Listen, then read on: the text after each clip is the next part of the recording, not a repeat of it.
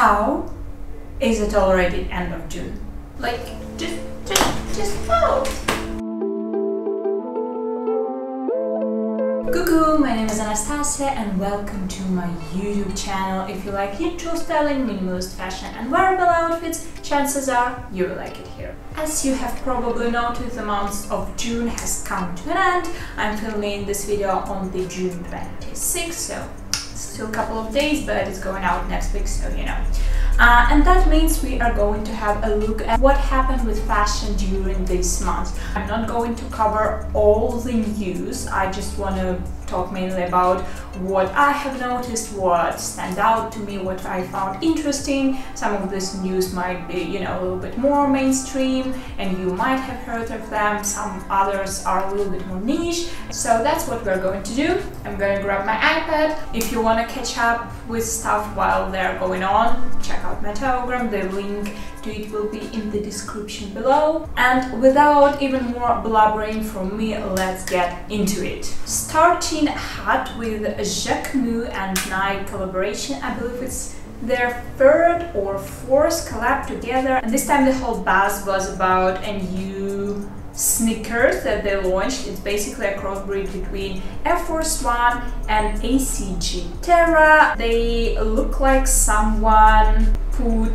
the shoelaces through the sole of a pair of Air Forces, which I think is kind of an interesting idea. I'm not personally a fan, like in terms of how it looks visually. However, the campaign, as per usual it is with Jacquemus, was chef's kiss. Jacquemus opened new boutiques in Portofino and in Saint-Tropez, I believe. They were great, the campaigns were great. Okay, next we're going into the covers. I have been really enjoying once again what Vogue has been doing during this month. I feel like, you know, our fashion prayers has been heard and they started doing something more interesting with their covers, or maybe it's just the summer energy boost, I'm not sure. First one I have really enjoyed was with Victoria Ceretti. She was on the cover of Vogue France, wearing gorgeous dress by Ferragamo, and I also really enjoyed the second look she wore, the pinky sporty one by FENDI. Dan Bratton-Rock was on the cover of Vogue Philippines.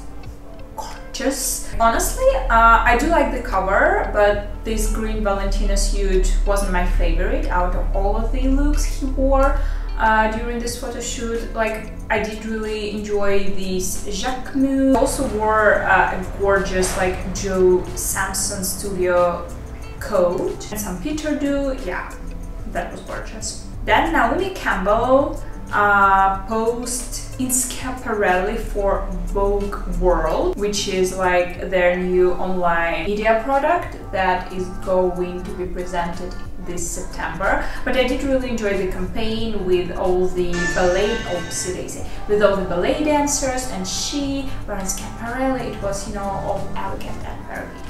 I briefly want to mention Hailey Bieber because for me she's like the it summer girl of this June. She had like Saint Laurent campaign, she's serving loads of cute looks. Her skincare brand RHODE launched a new product, and you know, a lot of events are occurring around this topic, so she has been wearing loads of cute looks. Love her for that. Oh, and the second fashion girly of this summer and of the June and of Cannes in particular for me is of course Elsa Hosk, mainly wearing her Elsa brand. She's doing a great job. I love her outfits, love her style. So yeah, those two are the it fashion girlies of the month for me. Not that big of a news, but Rosie Huntington Whiteley posed on the cover of Sierra Fashion Book for their Spring-Summer 2023 issue, and I just really love the visuals. Like, when I look at them, this song by Harry Styles, which is Woman, dun, dun, dun, Woman, I'm pretty sure it's called Woman, but yeah, this song is like constantly playing in my head. And speaking about beautiful, elegant things, Elle Fanning announced her ambassadorship with Cartier during the Met Gala. However, this June they launched the first campaign with her as their ambassador, and it was like so cool. It's giving Wes Anderson, and also like, I don't know why, but it's giving Peggy Carter from Captain America. I'm 100% here for it. it. Another great Vogue cover, this time by Vogue Italia, presenting us with Untitled wearing Chanel. Speaking of Chanel, they are really pushing this particular dress. I haven't seen it a lot. What is probably the best news of the month is that Kim Cattrall is going back to the And Just Like That cast. I'm a huge Sex and the City fan, and I know that the opinions around And Just Like That are very much so polar, but I'm on the side of people who enjoy watching this series. Kim Cattrall is coming back and she is doing it with a huge bang. The day after the news, we saw her on the cover of Style magazine wearing schiaparelli, and then she also wore like this crazy Bottega coat, skirt, set situation, also Marc Jacobs, the whole look with the Kiki boots, icon. Also, my obsession with color red is going strong for like the 3rd month. I'm handpicking the visuals that serve red. Like for instance, the 2 pictures of Emmanuelle Lacour for Harper's Bazaar Arabia. She's wearing schiaparelli on the first photo and Loewe on the second photo. There were obviously much more, you know, looks to this photo shoot, but I have picked these 2. And then again, same with Charlotte Navio for Escape Beijing, wearing schiaparelli in the first photo and Saint Laurent in the second. I'm picking the reds. I do not know how to comment on it. Dior dropped a new bag style called Sebag, basically meaning this is the bag, this is bag. I kinda like her. She reminds me of Chanel Sac. Is that what it's called? It's kind of giving me the same vibes, and also because of that, I feel like it's a very summery bag. Well, because of that, because I think is that this Chanel bag is a very summery bag, and because they are kind of similar. I also think that the second bag is also a summer-only bag, but other than that, she's cute.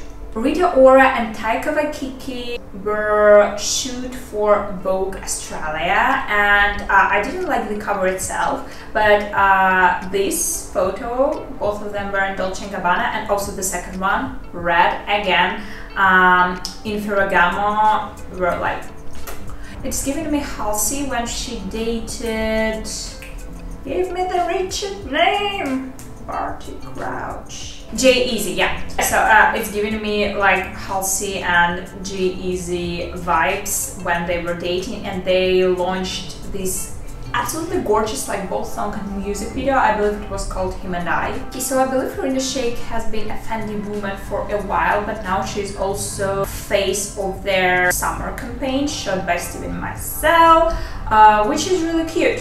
I love it for the brand in terms of visuals. Once again, same as Cartier here, I feel like they're trying to involve like a younger, more fashionable class of potential customers. Well, speaking plainly, I feel like they want those people who shop from Loewe, Paul Ibiza to shop from FENDI. Again, Hailey Bieber, her RHODE campaigns, I feel like we should, you know, acknowledge them for how gorgeous, aesthetically pleasing, and also interesting. Not your usual, hey, I'm celebrity and this is my new product, please buy it visuals. I do really like how creative but still natural this whole advertising process goes with her and her skincare brand. This wasn't something very loud, but it was definitely something that I find very A, fitting, and B, beautiful. What I'm talking about is Anne Hathaway posing for Bulgari Fall Winter 2023 campaign. Like, I mean, it makes so much more sense than her ambassadorship with Versace. I don't get it. Like, she's not a Versace girl. Like, she's not. I basically finished filming this video just to realize that my phone stopped filming in the middle. So we're gonna do it again.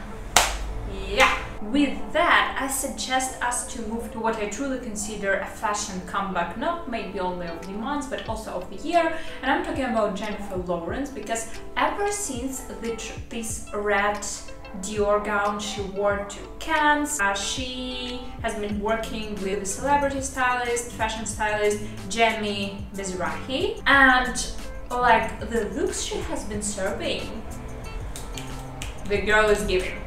The girl is giving. Let's do a quick run through a Menswear 2024 collection. I'll tell you about the shows I have seen so far because, you know, it is still going on. As I said, I'm filming this video on June 26th, so haven't got the chance to watch it all yet. The first one is Valentino by Pierpaolo PICCIOLI. If you have seen the look Pietro Pascal wore to the Met Gala, like the recent one, well, that's basically collection visuals in a nutshell. In a more broad terms, Pierpaolo PICCIOLI is having this kind of long-term conversation. By that I mean the conversation through a couple of fashion seasons on defining what makes a man. Once again through fashion, and well, he's doing it by exploring different areas that are traditionally so associated with men's role in society. Doing so, he's also kind of rearranging the visuals that come together with this role. I hope I'm making sense. Anyway, this time it was both the social role and the look of a student. Hence why the preppiness, hence why the location. The show took place in Milan's public university. Prada by Raf Simons and Miuccia Prada showed us, as per usual, impeccable tailoring, as well as a lot of hourglass shapes, lots of big back energy, and they're kind of really pushing those life vest trend, which I'm not a fan of, but whatever, let Prada live. Also, if you were wondering why there was some slim stuff sliding from the ceiling, well, the idea here was to represent the clothing around human body and how it acts almost like as a form of fluid architecture, like moving with and surrounding our body, which is a building in this metaphor. Next is J.W. Anderson. He has been doing a load of fun knitwear for both his own J.W. Anderson brand and for Loewe. I haven't seen like Loewe collection in detail yet, so I'm not going to comment on it, but I'm going to say a couple of words about J.W. Anderson. Like, he literally breaks down the whole collection look by look on his Instagram. But in a nutshell, the collection is about conformity in its like most mundane and widespread form, and that is how things that surround us, like things that make our home, with time also become part of our like subconscious, our psychology, the way we act and the way we look. And as per usual, Jonathan Anderson took this very abstract concept and turned it into a very direct, deconstructed approach to his design. Pharrell Williams debuted his first collection for Louis Vuitton Menswear. I'm impressed. I have really enjoyed it. I mean, like, I have nothing against the Virgil, it's just, for me, he was a little bit too much of a street style, and I know that that was the whole point, but personally I was not very much so into his Louis Vuitton, as well as I'm not very much so into the Nicolas Ghesquière Louis Vuitton. Like, it's a fun things, you know, it's about aesthetics and them either matching or not matching. So this wasn't a match for me. However, Pharrell kinda stayed in the realm of this street style, but added more smartness to it, and that's what appeals to me a lot about his vision for this new Louis Vuitton. Predictably so, from this kind of pre-show campaign with Rihanna, there were a lot of speedy bags, slouchy soft speedy bags in the brightest color. There is a very funny story that, well, funny in my humble opinion, that Pharrell told in one of his pre-collection interviews. He said that while sometimes visiting Canal Street in New York, and if you don't know, Canal Street is a place where you go to if you want to buy a fake, and Louis Vuitton is a brand that has probably like the biggest amount of faked accessories all around the world, and how sometimes you can see the bags in like a very interesting bright colors, but you instantly know that it's a fake because the brand doesn't do the bags in those colors. And Pharrell was like, it would be so cool to make the actual Louis Vuitton bag in the color of, you know, one of those fake ones. And like, that's a full circle moment. That's a meta irony in its best, in my humble opinion. Another thing that we saw on Rihanna and we saw a lot throughout the collection, PHARELL himself wore this new invention of his is basically a mix of a damier, which is an iconic Louis Vuitton print with camouflage, and I believe it's called damouflage or damier-flage or something like that, but I just cannot get the fact that it looks like a Minecraft clothing out of my head.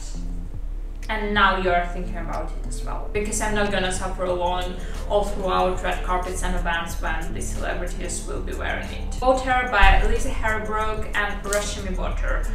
Collection is centered around and inspired by voodoo dolls, hence the name voodoo, also hence why the weird charms, which kind of make me uncomfortable. I also understand that it's a self-referencing of themselves. They already did like the same style of charms with the dolphins in one of their previous collections.